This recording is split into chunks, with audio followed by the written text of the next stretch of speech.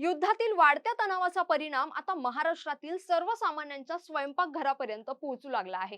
Gas सिलेंडरच्या पुरवठ्यात झालेल्या अडचणीमुळे मुंबई, ठाणे, नवी मुंबईसह राज्यातील अनेक ग्राहकांना नाहक त्रास सहन करावा लागतोय। नागरिकांना तासनतास रांगेत उभं राहावं लागतंय। काही ठिकाणी तर व्यावसायिक गॅस सिलेंडरचा काळा बाजारही होत असल्याचं बोललं जातंय। या वाढत्या संकटामुळे गृहिणींसह सामान्य नागरिकांमध्ये चिंतेचं वातावरण निर्माण झालंय। यामुळे गृहिणींचं बजेट देखील कोलमडलंय। पाहुयात याबद्दलची सविस्तर माहिती। नमस्कार, मी जान्हवी जाधव। आपण पाहत आहात टाइम महाराष्ट्र। पश्चिम आशियातील युद्धाचा मोठा परिणाम महामुंबईतील स्वयंपाकाच्या गॅस वितरणावर झाला आहे। ठाण्यात व्यावसायिक गॅस सिलेंडर काळ्या बाजारात तब्बल 4 ते 5 हजारावर पोहोचला आहे। नवी मुंबईतील ग्राहकांना सिलेंडरसाठी 2 ते 3 दिवसांची प्रतीक्षा करावी लागत आहे।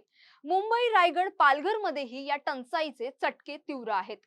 मुंबईतल्या घराघरात स्वयंपाकाच्या गॅसची चर्चा जोरदार सुरू आहे, कारण गॅस बुकिंग घेणाऱ्या कंपन्यांनी दिलेला नंबर बंद असल्याने गॅस कसा आणि कुठून बुक करायचा असा प्रश्न तमाम महिलांना पडलाय।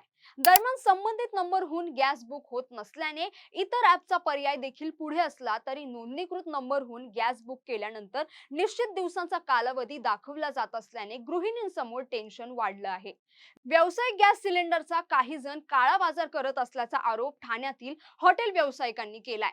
सुमारे 1800 रुपयांचे सिलेंडर 4 ते 5 हजार रुपयांना विकले जात असल्याचं ठाणे हॉटेल असोसिएशनने सांगितलंय। सरकारने तातडीने हस्तक्षेप करून काळ्या बाजारावर नियंत्रण आणावं अशी मागणी असोसिएशनच्या पदाधिकाऱ्यांनी पत्रकार परिषदेत केली। अमरावती, चोपडा, सोलापूर, कोल्हापूर, नवी मुंबई इथली देखील परिस्थिती सारखीच आहे। पण सध्या सगळ्या राज्यात गॅससाठी नागरिकांनी भल्या मोठ्या रांगा लावलेल्या पाहायला मिळत आहेत। घरगुती गॅस सिलेंडरसाठी ग्राहकांना पहाटेपासून रांगेत उभं राहावं लागत आहे। काही ठिकाणी 3-3 दिवसांपासून रांगा लावाव्या लागत आहेत। इराण, इस्रायल आणि अमेरिकेचा फटका राज्यातील सर्वसामान्य गॅस ग्राहकांना बसू लागला आहे। गॅस सिलेंडरचं बुकिंग होत नसल्यानं सामान्य नागरिक हैराण झालेत। विशेष म्हणजे आता बुकिंगच्या नियमात देखील शासनाने बदल केलाय। आता 21 ऐवजी 25 दिवसांनी गॅस मिळणार आहे। त्यामुळे सर्वसामान्य नागरिक अस्वस्थ झालेत आणि गॅस मिळेल की नाही या चिंतेत नागरिक आता एजन्सी बाहेर रांगा लावून उभे राहिलेले पाहायला मिळत आहेत। जळगावच्या चोपडा शहरात गॅस सिलेंडरसाठी गॅस एजन्सी समोर नागरिकांनी गर्दी केली होती। कुणी घरातली कामं बाजूला ठेवली तर कोणी शेती कामाला सुट्टी दिली आणि गॅस वितरण केंद्र गाठलं। अडचण अशी आहे, गॅस भरपूर आहे, गर्दी भरपूर होते। आज सम्मेलन मार्गनी काल PM मोदींनी सर्व मीडियामध्ये सांगितलं तर 10% आपण गॅस वाढवलेला आहे।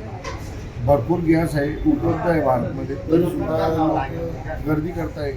ज्यांना गरज असेल त्यांनी यायला काय हरकत नाही, पण असा माहोल तयार करताय तर गॅस संपलाय। सर्व मोठी आणीबाणी जशी आणीबाणी लागलेली आहे भारतामध्ये, असं काही व्हायला नको पाहिजे। नाही फिरता किती दिवसापासून 15 दिवस जाणं अंडे गटर माझं डबल अंडी पण त्यात माझा शेकडो काढा नव्हता लोकल शेकडे लेणे पण अडचण म्हणजे इथे तांत्रिक अडचण पण आहे। आम्हाला मोबाईलवर बुकिंग होत नाहीये। बुकिंगचा जो नंबर आहे तो बंद स्विच ऑफ दाखवतोय, त्याच्यामुळे आमची तारांबळ उडते आणि इथे एवढी मोठी लाईन त्याच्यामुळे उभी आहे आणि हंड्या घरात आम्हाला स्वयंपाकला सुद्धा हंडी नसल्यामुळे आमचे प्रॉब्लेम्स होत आहेत। एवढ्यात सुद्धा गॅस वितरकाच्या कार्यालयाबाहेर देखील अशीच परिस्थिती दिसून येते। ग्राहक मोठ्या रांगा लावून उभे असल्याची परिस्थिती आहे, मात्र गॅस मिळेल याची काही शाश्वती नाही। राज्यातील गॅस तुटवड्याचे परिणाम विधानसभेत सुद्धा दिसून आले। गॅस सिलेंडरच्या अचानक वाढलेल्या मागणीने वितरक सुद्धा संकटात सापडलेत। पुरवठा कमी आणि मागणी जास्त असल्याने ग्राहकांना रिकाम्या हाताने घरी पाठवावं लागतंय। गॅस सिलेंडरचा पुरवठा कधी सुरळीत होणार याविषयी सरकार आणि गॅस कंपन्यांकडून कोणतीच ठोस माहिती मिळत नाहीये, तेव्हा सामान्य नागरिकांना नाहक मनस्ताप सहन करावा लागतोय। तुम्हाला या सर्व घटनेबद्दल काय वाटतं आम्हाला नक्की कमेंट करून कळवा आणि अशाच व्हिडिओसाठी टाइम महाराष्ट्राला फॉलो आणि चॅनलला सबस्क्राइब करायला विसरू नका।